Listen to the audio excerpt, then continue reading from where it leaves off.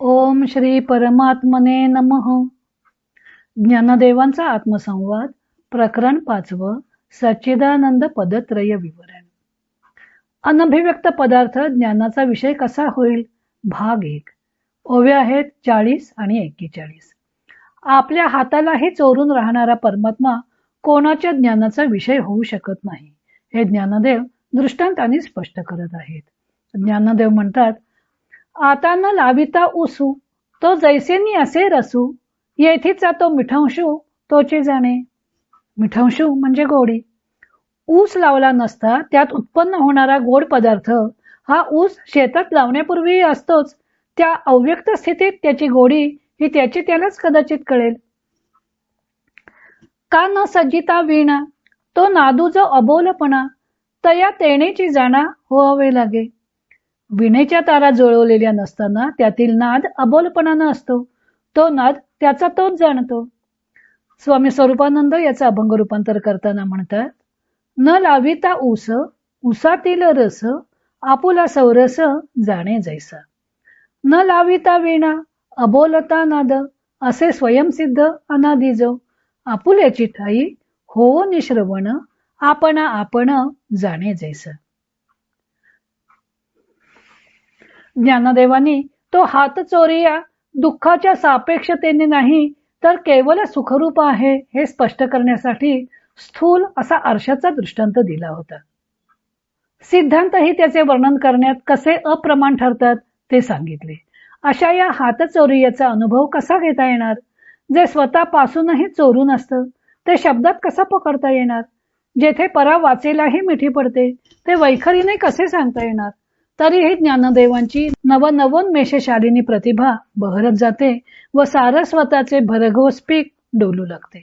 ज्ञानदेव एकामागून एक दृष्टांतांची मालिका सादर करतात. त्या हातचोरियाचे वर्णन करताना ते म्हणतात की ऊसामध्ये गोड रस असतो. ऊस जमिनीत पेरला गेल्यावर ऊन, वारा, पाणी, जमिनीतील पोषक द्रव्य यामुळे तो हळूहळू फोफावतो. हळूहळू त्यातील रस परिपक्व होत जातो. मग आपल्याला त्या ऊसाची गोडी चाखता येते.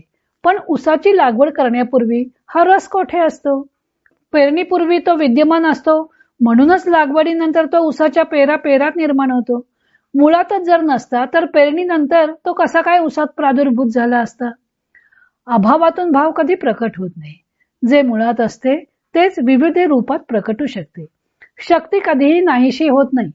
एका शक्तीचे दुसऱ्या शक्तीत रूपांतर होते हा तर विज्ञानाचा सिद्धांतच आहे. अर्थात पेरणीपूर्वी पृथ्वीच्या उदरात असणारा रस पेरणीनंतर ऊसात प्रकट होतो. पेरणीपूर्वी तो अव्यक्त दशेत असल्यामुळं आपल्याला चाखून पाहता येत नाही. त्या अव्यक्त स्थितीत तो ज्ञानाचा विषय होऊ शकत नाही, म्हणून तो नाहीच असं म्हणता येत नाही. अशा स्थितीत त्या ऊसाची गोडी त्याची त्यालाच कळणं शक्य आहे.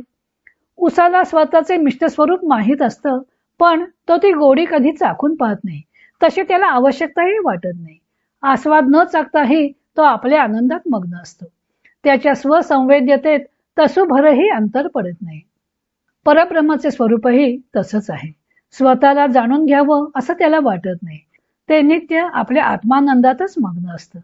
न पेरलेल्या ऊसाचा रस चाखता येणार नाही ही कल्पना कदाचित समजायला कठीण जाईल.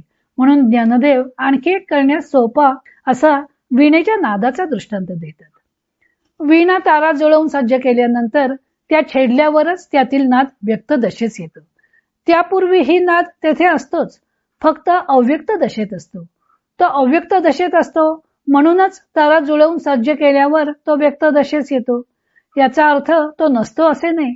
अव्यक्त दशेत तो नाद कसा असतो? तर ज्ञानदेव म्हणतात की तो अबोलपणे असतो. असतयपणेची न दिसे असे त्याचे स्वरूप असतं. तारा छेडल्या नसत्या तर त्यातून तो नाद निघालाही नसता, म्हणून तो अबोलपणे असतो असं मानावं लागतं. अशा परिस्थितीत तो नाद आपण ऐकू शकत नाही, पण कदाचित त्या नादालाच तो कळू शकेल. अशा वेळी जाणला जाणारा व जाणणारा दोन्ही एकच असतात, एकरूप असतात. ऐकणारा व ऐकले जाणारे यांची एकात्मता मौनात संभवते. पण नुसते न बोलणे म्हणजे मौन नाही, कारण मुखाने शब्द बोलण्याचे जरी थांबवले तरी मनात विचारांचे काहूर उठलेलेच असते. जेव्हा मन सुद्धा निशब्द होईल तरच खरं मौन आकाराला येईल. व अबोलपणा नादू ऐकू शकेल.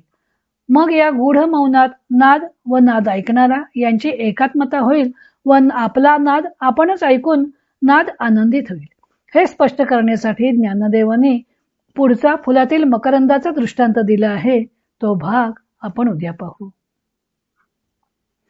इतर अनेक ग्रंथांचा आधार घेऊन ज्ञानदेवांच्या अमृतानुभव या ग्रंथाचं लेखन व वाचन सौ मनीषा अभ्यंकर मिरज यांनी केलं आहे. हरिओम तत्सत.